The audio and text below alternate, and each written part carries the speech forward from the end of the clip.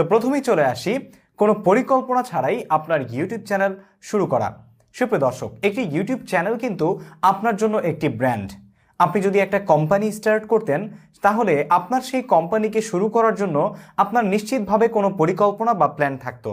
কিভাবে আপনি এগুবেন, কি আপনার সার্ভিস বা প্রোডাক্ট থাকবে এবং সেগুলো কারা কনজিউম করবে, এবং সেইগুলোকে এগিয়ে নিয়ে যাওয়ার জন্য যত প্রকারের স্ট্র্যাটেজি আছে সেগুলো অবলম্বন করেই কিন্তু আপনি আপনার কোটি টাকার অথবা 5,000 টাকার একটা বিজনেসও শুরু করেন, তাই তো?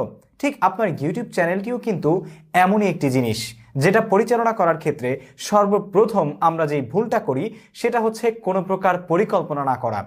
আপনি যদি পরিকল্পনা না করেই আপনার ইউটিউব চ্যানেল শুরু করেন, তাহলে সেক্ষেত্রে এটা সফলতার পথে এগিয়ে যাওয়াটা অনেক বেশি কষ্টসাধ্য হয়ে যাবে।